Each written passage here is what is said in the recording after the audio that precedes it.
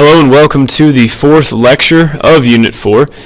We will be looking at the first two battles of the Revolutionary War, what causes them, what the outcome is, and how the whole build-up to these battles happens. We're going to talk about what kind of the issue is here, and that's the intolerable acts, and we're going to just be able to describe those acts and then how the colonists reacted to them.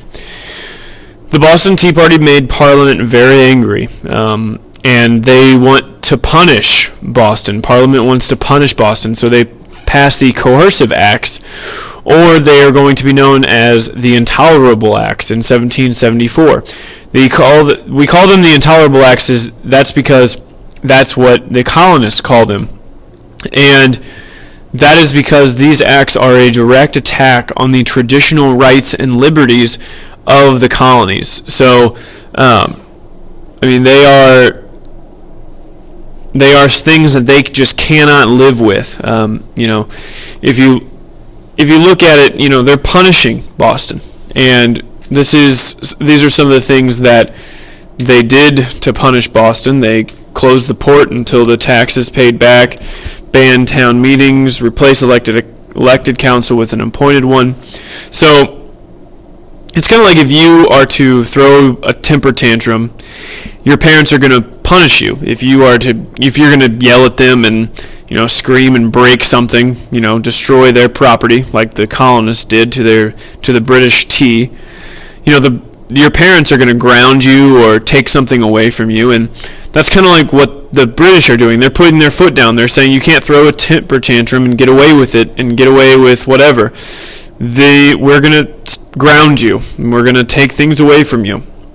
Take away your town meetings, close the port, all these kind of things. So all of these things make the colonists very angry. They also appoint, the British do, they also appoint Thomas Gage to be the governor of Massachusetts. In 1774, delegates from all colonies except for Georgia meet in Philadelphia because they want to find a way to help Boston and get around the intolerable acts. And this meeting is called the First Continental Congress. This Congress voted to ban trade with Britain until the intolerable acts were removed, and they also wanted each colony to begin training troops. This is a major step in American history because this is the foundation of our future independent government, which we will be setting up here shortly once the war breaks out. We have groups of people from each colony coming together to discuss things that are going to affect all of the colonies.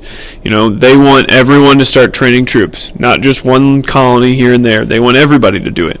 And, working together, uniting. Throughout the colonies, Americans acted forcefully to get their rights back. They forced British appointed officials to resign, and by the end of 1774, some colonists were prepared to fight. One of those colonists is Patrick Henry. His famous line is, "Give me liberty or give me death," which he is saying, I would rather die than have to listen to the British. I would rather die than not to have my freedom and not to have my representation. Some colonists believe in this and they want to fight, but not everyone, not quite yet. And most of the colonial leaders know that if it is to come to a fight, any fight with Britain would be rather short because the colonial troops are untrained, unorganized, and the British troops, they're a world power. They have a large navy, they have a large army, they have good equipment. They've got a lot of great things that the colonists don't have, and it would be very difficult for the colonists to fight them. So each colony starts training their own militia, and that means that they are going to be storing arms and ammunition. The Massachusetts militia storms arms and ammunition in the city of Concord. Governor Gage, who is the British appointed governor, gives the order to march into the city and destroy the supplies, and then also march to Lexington and arrest John Hancock and Sam Adams, who are leaders of this revolution movement to, store arms and to organize a militia and all that kind of stuff. The Sons of Liberty are prepared for this moment. They're prepared for the British to come after them and, take their guns and take their ammunition to arrest people. Their plan centers around Paul Revere and William Dawes and their ability to spread the news that the British are on the move. This is Paul Revere over here, very thoughtfully looking on. Revere had arranged a system of signals to communicate with Charleston across the harbor. One lantern meant that they were going by land. 2 lanterns in the church steeple meant that they were taking the water route. So, if we look back to this map, you will see that the British are here in Boston, and they have 2 choices. They can go this way, across the harbor, go over this way, and then to Concord, or they can go over land, follow this road, and then go up to Concord. So you have to A, be able to warn people when the British are moving, and then B, you have to be able to tell them what direction are they going. Do we need to organize our troops to go this way or this way? So Paul Revere, sets up his lantern system and goes on his midnight ride. The British are coming. He'd probably be a little bit more enthusiastic than that, but you get the idea. At dawn on April 19th, 1775, the British had marched through the night, and there are 700 British troops that are in Lexington, ready to arrest John Hancock and Sam Adams, destroy everything. They run into Captain John Parker and his force of 70 colonial militiamen.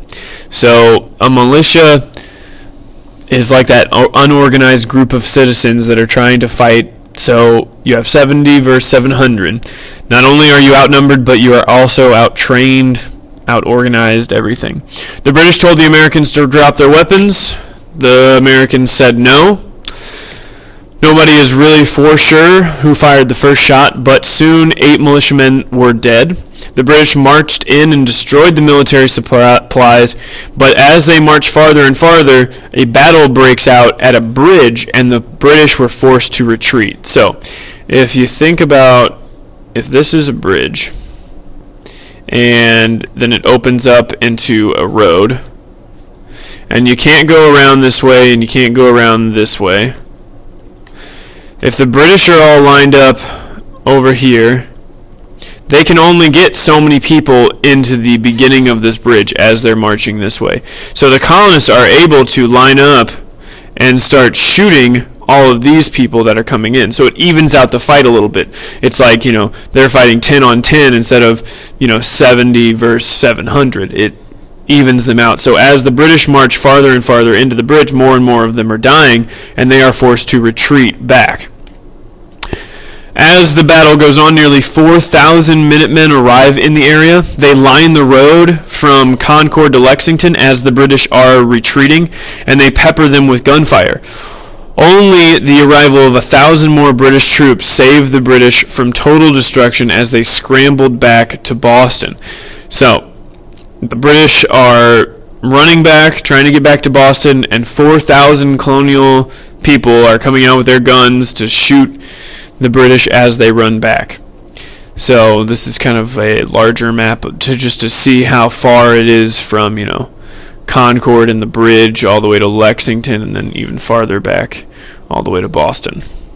Lexington and Concord were the first battles of the Revolutionary War, and now the Americans had to choose. You can either support the British, be loyal to the British, and be a loyalist, or side with the rebels and be known as a patriot. And with these battles and with these people having to choose sides, the British and the Americans are in battle in full force, and the revolution has begun. So now we have fought the first battle. Now we have to officially declare our independence, and that will be what we talk about in the next lecture.